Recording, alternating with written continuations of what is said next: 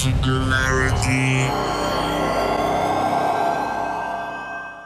My name is Nicola, aka Socrates, and you're watching Singularity One-on-One.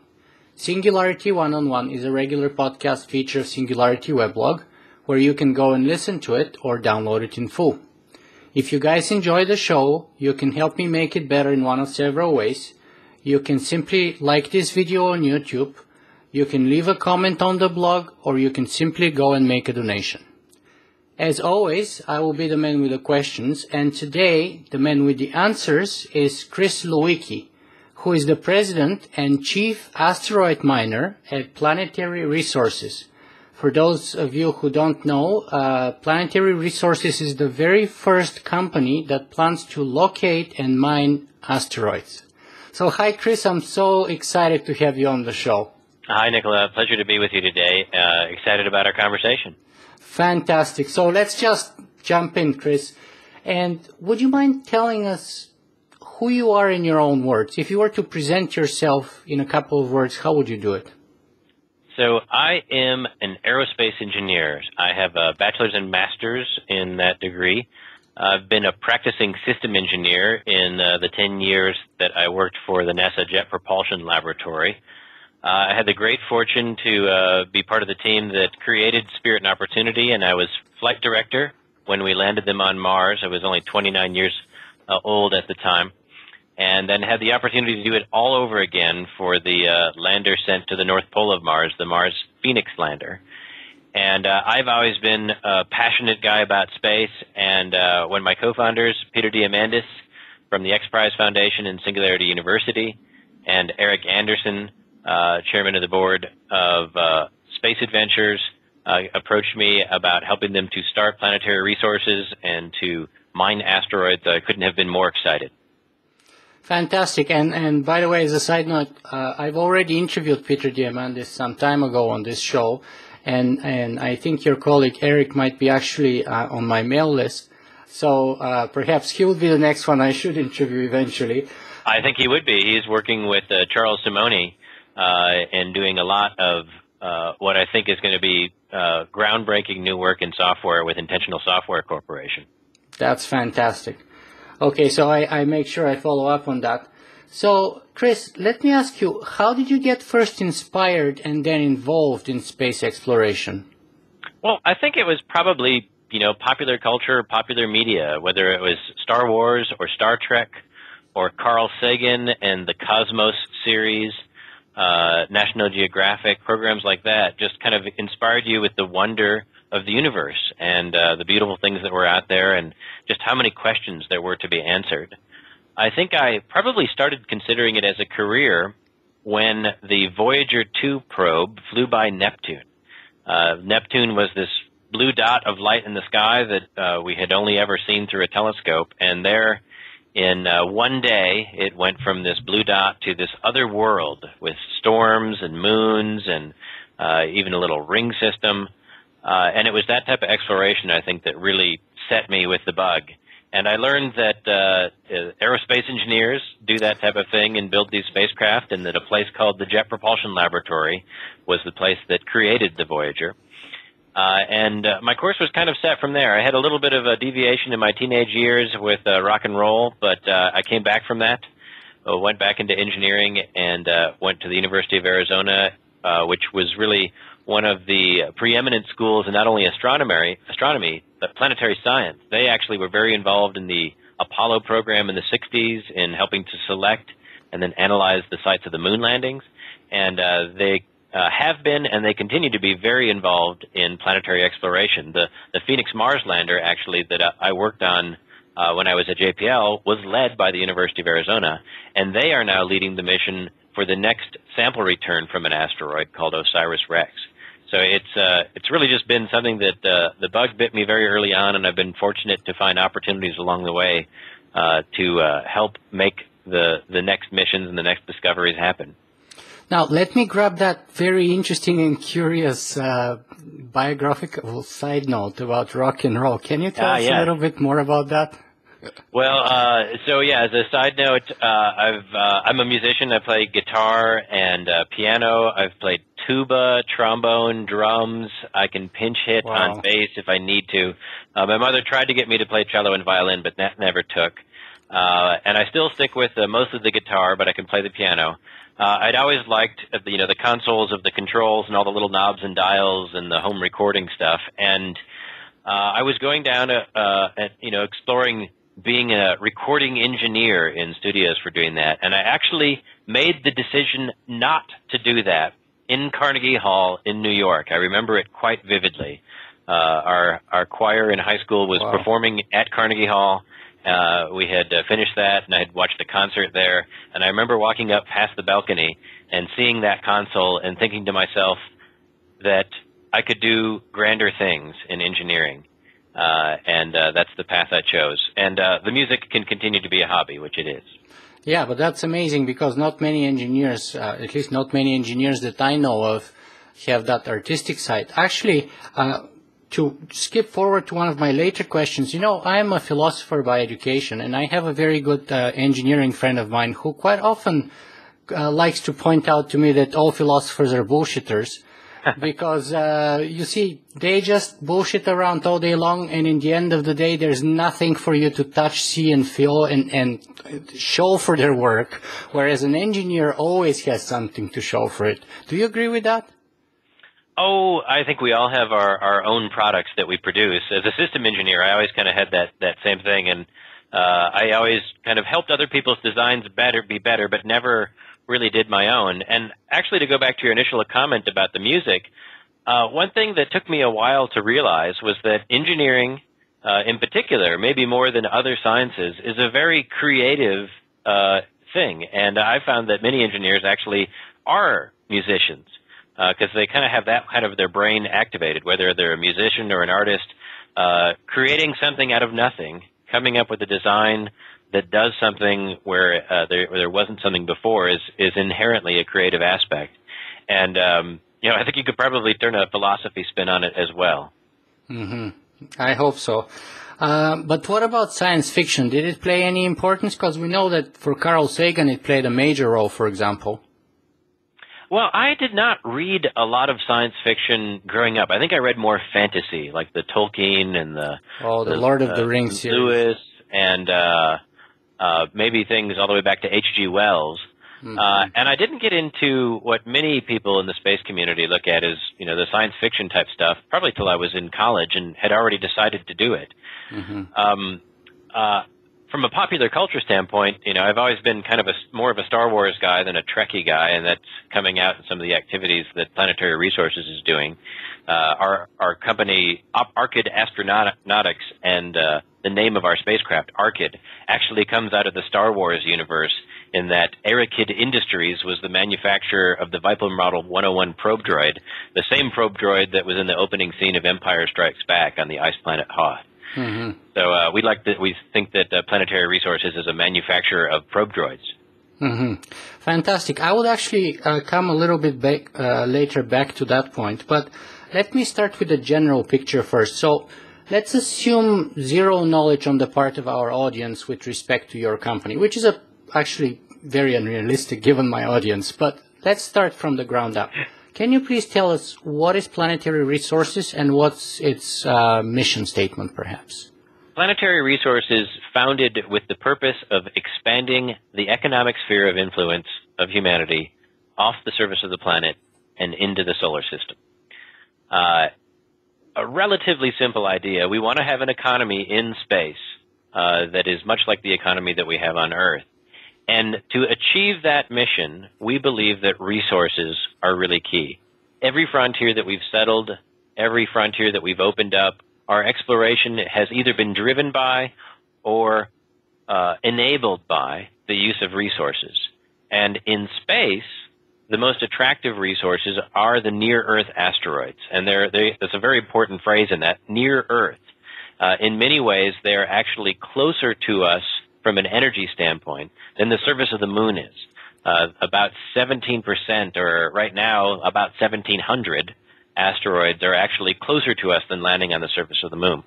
So today our company is creating robotic prospectors, the ARKYD series of spacecraft, the ARKYD 100, which actually is something that the public can take part in today on the Kickstarter that we're doing for crowdfunding the public engagement and public access of these satellites. And we're going to take the public along on this journey as we both deploy these spacecraft in Earth orbit to find our asteroid targets, and then as we go out to the asteroids to learn more about which ones are the most valuable to develop and mines for space. Before we get to the Kickstarter project, let me ask you to give us a little more details perhaps about the ARKYD 100 and then perhaps the consequent models that you have planned afterwards. Sure. So we are a prospecting company, an information company, in that we cannot develop a mine or know which asteroid to go to until we're able to identify it, characterize it, and know exactly where it is and how much it might be worth. And to do this, this is the great thing in a singularity type topic. Technology has advanced to the point where small teams can now do what it used to take entire governments to do. And we can have privately financed companies that can create robots to go out into the solar system, answer these questions, and give us the very basic information that we need to be able to find the most interesting asteroids. And the other thing that's exciting and it's enabled by technology is these things aren't billion-dollar missions anymore. They aren't things that are sizes of cars or buses. They're actually little guys like this. And I have this one just right here behind me. This is, I have to stand back a little bit, this is a full-scale mechanical prototype of the ARKYD 100. And it's about 30 pounds. In SI units, it's about 20 centimeters on a side and about 40 centimeters tall. And this is what we need for prospecting at the asteroid. It's got deployable solar panels. We have a portion of our optic that deploys when it gets out into space. And then all the electronics and smarts that we need to be able to run this thing out in deep space fits in this little box back here. And this is what our company is currently working on, and what has been enabled by just the really rapid progress in technology. So this is something that 10 years ago would have weighed a ton, would have cost a couple $100 million, and would have taken a team of hundreds of engineers and scientists to be able to deploy. But today, weighs 30 pounds, costs about $5 million, and takes dozens of people to be able to deploy. And this is really part of the thing where we're able to create this in a way that we can make dozens, maybe hundreds of these as we're exploring asteroids, really with swarms of them from a reliability standpoint, a lot like cloud computing. And what allows us to do something, really more cost effectively than it has ever been done. Now, to get the sense of the grander vision, that's basically step one. How about the ARKYD 200 and 300, which are the next steps, perhaps, of your sort of vision of how you're going to go about accomplishing your goals of mining asteroids? Yeah, so step one is getting this new low-cost capability into Earth orbit where we can use it to identify the targets. The 200 and 300 are really upgrades to that, where it's still the same size, generally the same, optics and sensors and all those things, but we add the capability of propulsion onto it to be able to get to these deep space targets. And then, as you know, when you drive out into the country and your cell signal goes down, once you get farther away from the Earth, you create a communications challenge. So we're using optical communication or laser communications with this large primary optic to be able to communicate millions of miles away from Earth. So we will take the ARKYD 200s and 300s to potentially dozens of asteroids. And what we'll have is the capability to both, like I said before, find the best asteroids, and then once we've found them, be able to deploy experiments and then bit by bit build up that capability that you need to understand how to process this material, how to extract out the water or the metals that you would be developing, and ultimately then to be able to bring that material to a market. So it kind of iterates from there, and we won't know exactly the technology required to mine and beneficiate the asteroid until we've identified the very specific asteroid. Much like mining occurs here on Earth, no two mines are exactly alike. Now, let me ask you a bit of a more technical question, which might actually betray my ignorance, but you said that you would be using lasers for communication. Now, does that mean you need to have a direct line of sight? In that case, in the simplest form, we would. Fortunately, space is mostly empty, so that's not too much of a challenge. Yeah, the biggest challenge actually is getting through the atmosphere on the Earth. So what's great about this isn't just our idea. This is something that the U.S. government, whether it's Defense Department or the NASA, and European developers and Japanese have also been working on, of being able to have an optical terminal on a satellite up above the Earth, and then with RF communications be able to get through the atmosphere. Mm-hmm. But from deep space, it's like taking a kind of a low data rate signal that might only be, for example, hundreds of kilobits per second, and that's a very low data rate for something that's relatively near to the Earth. Mm-hmm. My concern is, though, that at least based on some of the graphics that I've seen, the density of asteroids in, say, the asteroid belt looks pretty impressive to me, at least. Well, that's where I think Star Wars has probably muddied things a little bit. If you were to stand on any one of the 600,000 known asteroids that are out in the main asteroid belt, the next nearest asteroid to you would probably be on the order of 1 million miles away. It's mostly empty space, and these things aren't tumbling end over end. You have to maneuver the Millennium Falcon between them. They're actually rotating as fast as the hour hand on the clock. So, once every 12 hours or so, they're spinning very slowly. So space is a very big place. It's mostly empty, mostly vacuum, and optical communications is a very effective way to get a little bit of power and to get a signal to go a very long way. Fantastic. I don't mind bringing to light a little bit of my ignorance here, as long as you don't focus on it too much. But let's move on to your Kickstarter project, and let me ask you this now. So you've developed this satellite that you said is about $5 million.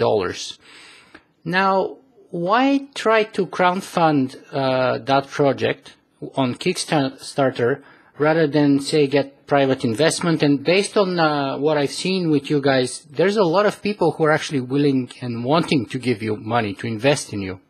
Yes. Well, I think it's a common misconception, and we've done our best to try to communicate this. We're already building these spacecraft and launching them into space, whether the Kickstarter project is successful or not. This is part of our mission to go out and identify asteroids and to mine them, and that's what our investors have, in fact, invested in. And that's many millions of dollars to do this activity. It's cheaper than it's ever been done before. It's still not completely cheap. What we're doing in the Kickstarter project actually is giving the opportunity for the public to engage with what we're doing. We had so much interest since we announced our company last April in 2012 of people that either wanted to work for us, wanted to volunteer, wanted to send us their ideas, wanted to invest, wanted to actually send in donations or buy stuff from us.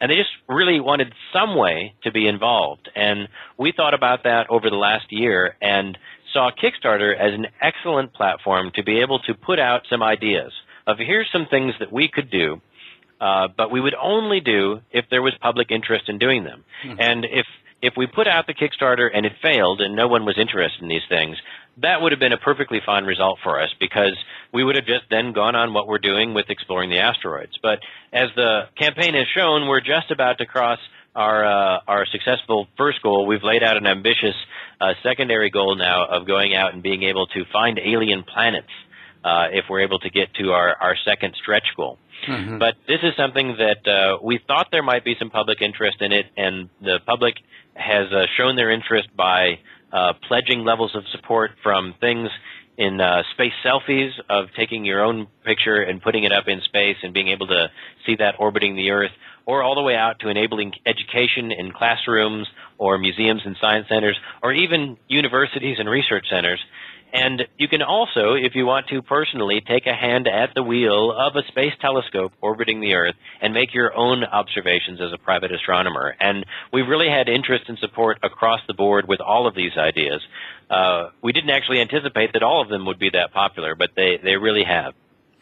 Now, let me just make my own personal disclaimer here, and that is to say that I've personally already made a small contribution to your Kickstarter project, so that everybody knows that I've kind of made my judgment on it here.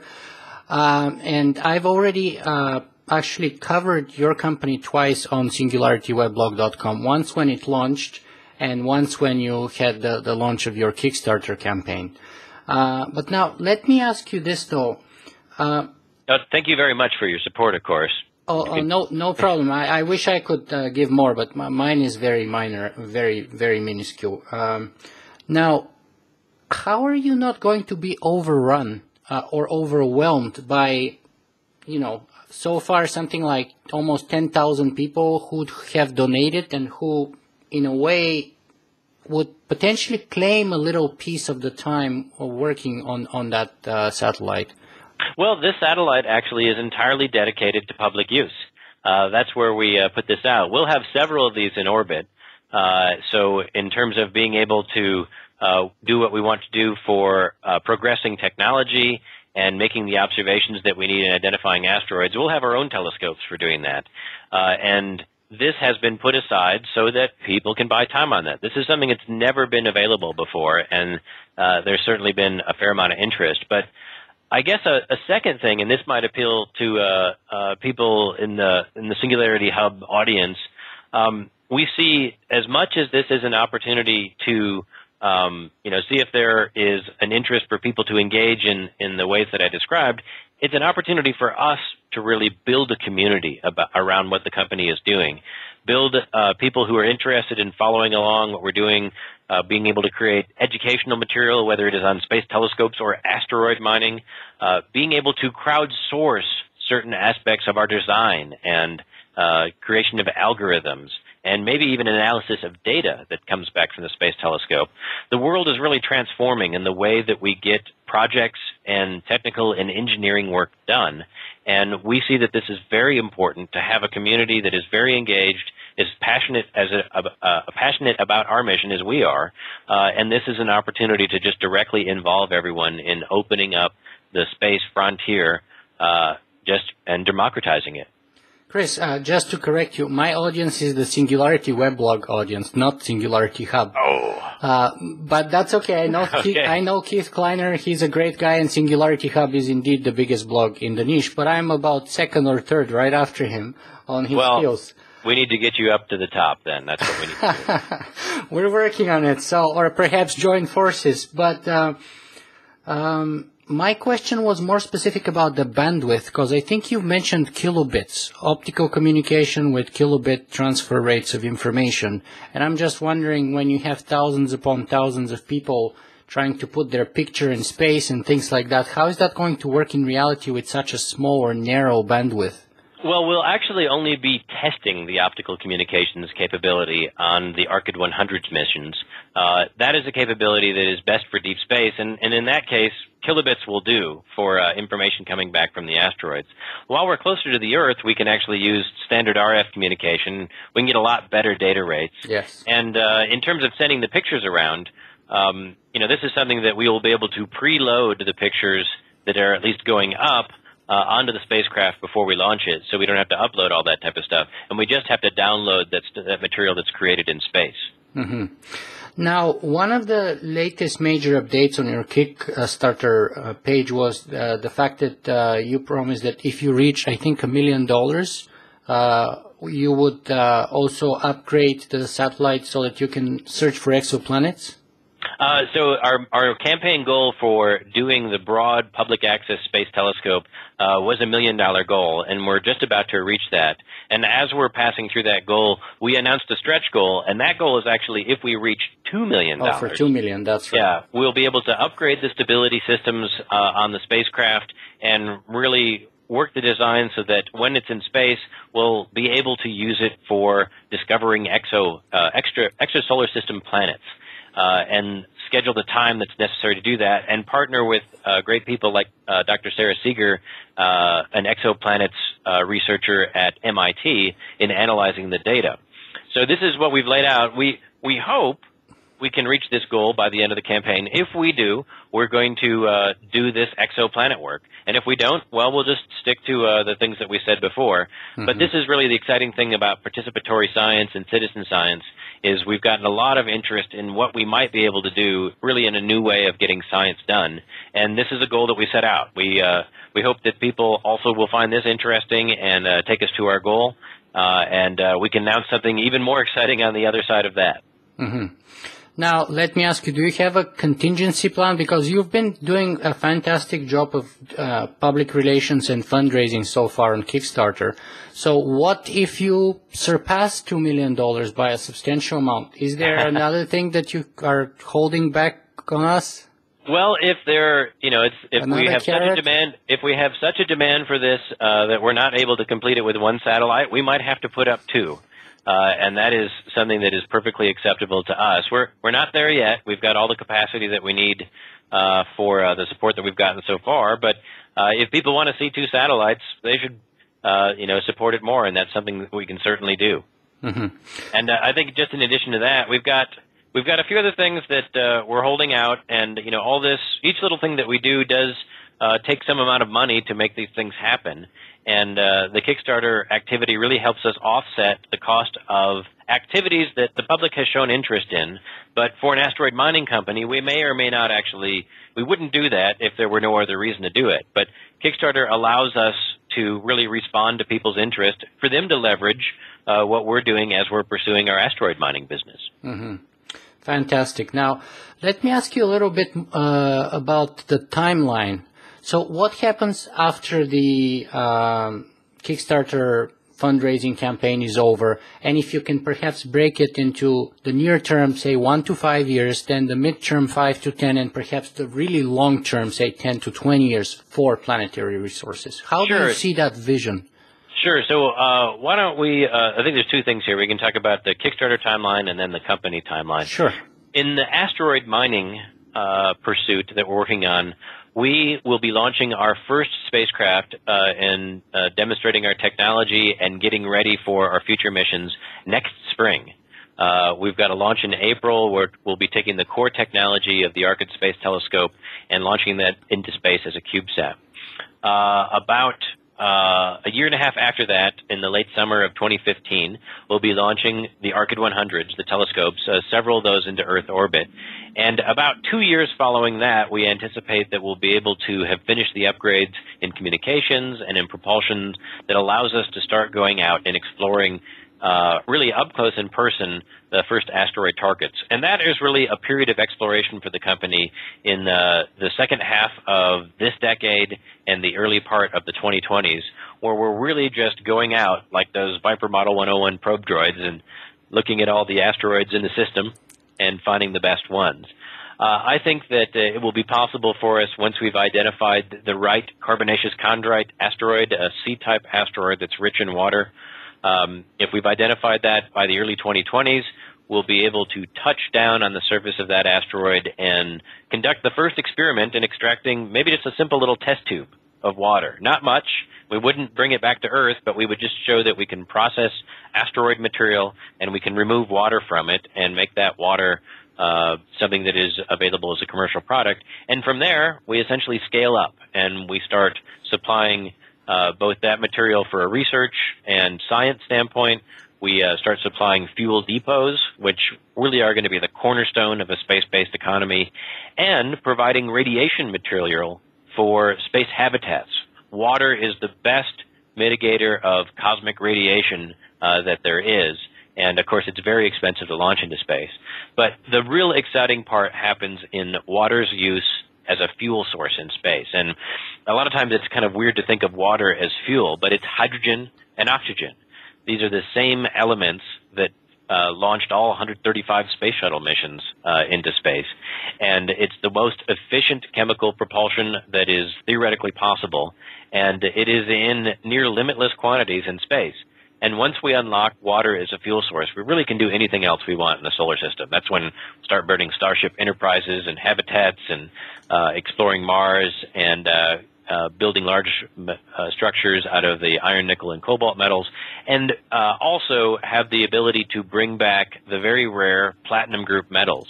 Some of these asteroids are hundreds of times more concentrated than the most productive mines out here on Earth, and the platinum group metals are the material that is valuable enough and is useful enough as an element to bring all the way back to the surface of the Earth, where it actually is even more rare than the rare Earth elements.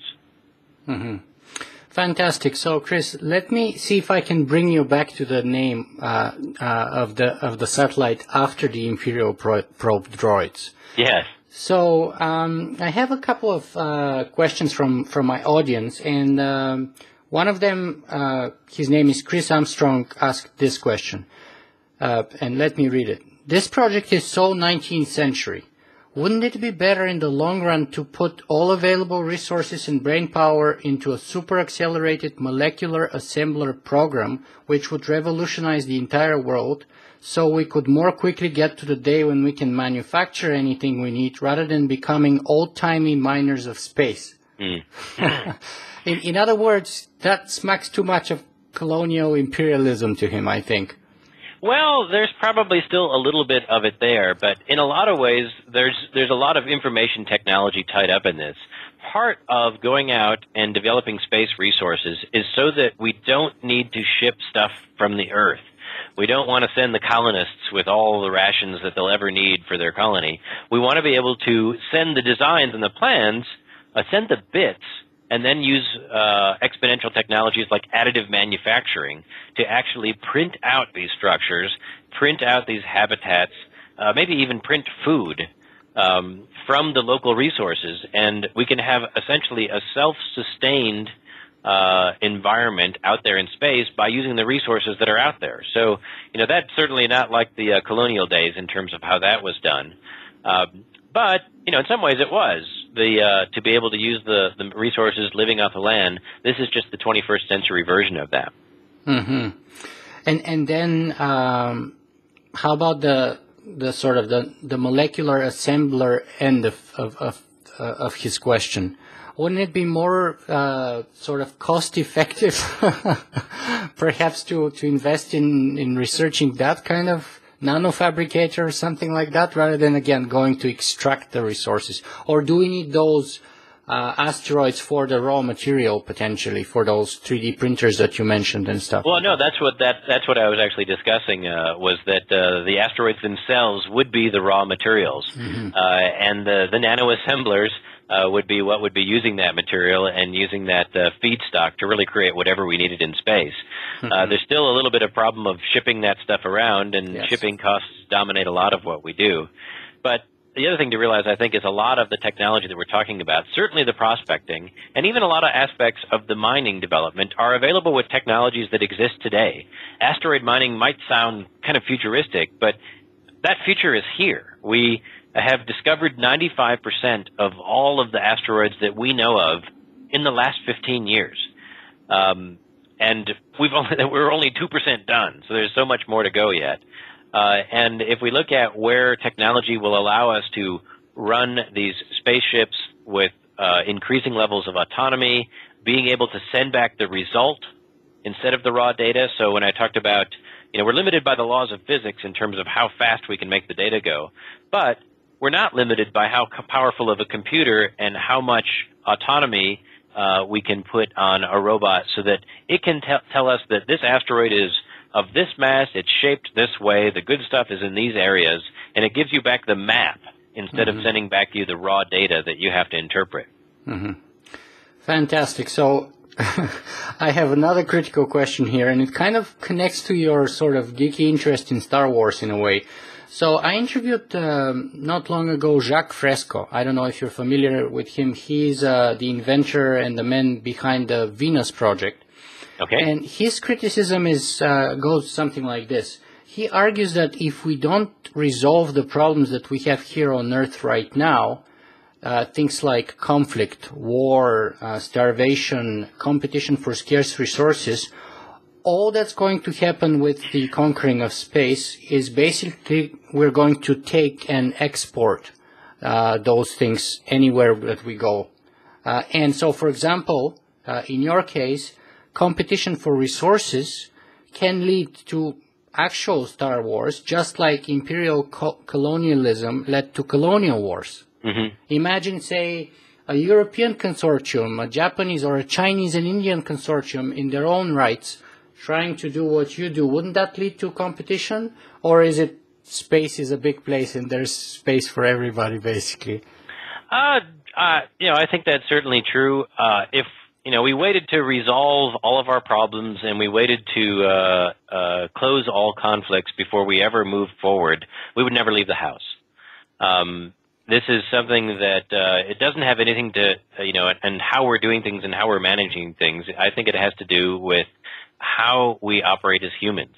And space exploration is, no different. We're exploring, we're opening a frontier from commercial aspect of it. So there'll certainly be some competition, but like any other area of human enterprise, there are regulations and methods for resolving conflict that in most cases don't involve war. This is just standard business.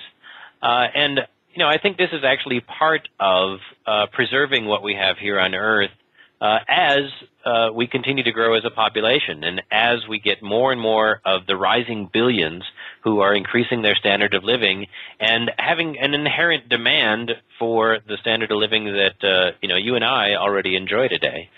So being able to expand into space to kind of get out of the cradle is, I think, part of actually resolving some of these conflicts, and space is the opportunity to do it right. And to learn from all of our past lessons, and to think that we shouldn't do it because we haven't got it right so far, I think is a very defeatist attitude. I think this is an opportunity really like none other, and it's an opportunity to improve ourselves as humans and really to make that next development the best one we've done yet. Mm-hmm. Chris, time is advancing here, and I'm afraid we only have about 4 or 5 minutes left of our interview. So let me see if I can go through the last 4 or 5 questions here. All right, rapid fire. Is there any fundamental misperception or confusion that you tend to encounter often about space exploration that you would like to clear for us? Something that really bugs you. Well, we talked about the asteroid belt and that there's a lot of space there. I think it's difficult for people often to understand without the rocket science training that in space it's not about the distance, it's about the energy. And because these asteroids may be farther away from the moon, for example, seems like it would be a much more logical target, but it's really about the energy. And what's great about it is once you're in space, whether you're at the International Space Station, on the surface of the moon, in Mars, at an asteroid, at a fuel depot, all of those places actually are relatively close to each other when you consider the transportation energy costs. And it is the Earth that is very far away because of the big gravity well that we live in. So this is the exciting thing about opening up space to resources, is those resources in space will be so important to explore space. Chris, how important is artificial intelligence for space exploration and for your own satellites in particular? I think in the long term, it will be one of the enabling technologies. I often talk about where we have between the cruise control on your car on one end to self-driving cars in the state of Nevada on the other end, and the continuum in between. So we've gotten in spacecraft a little bit better than the cruise control technology, but we're not quite to the self-driving cars. And I think artificial intelligence and autonomy and telepresence is really the technology that is enabling for us to be able to do these things in the environment of space many millions of miles away, where there's a delay because of the speed of the light. But as we've seen in the last 5, 10, 15 years, we always overpredict what happens in a year and always underpredict what happens in 10 years. And I think in the 2020s, the technologies that we'll have at our disposal will make a lot of our problems look trivial. Mm-hmm. I really hope you're right. So when we're getting into that timeline, the 2020s and the 2030s, it's perhaps appropriate to ask you what's your take on the technological singularity? Because Ray Kurzweil's timeline is kind of around that time.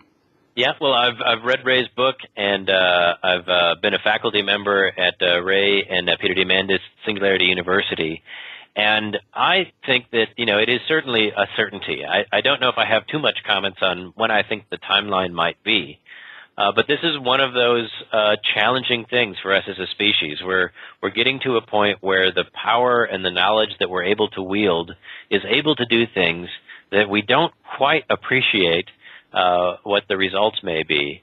But that won't stop a few of us from experimenting.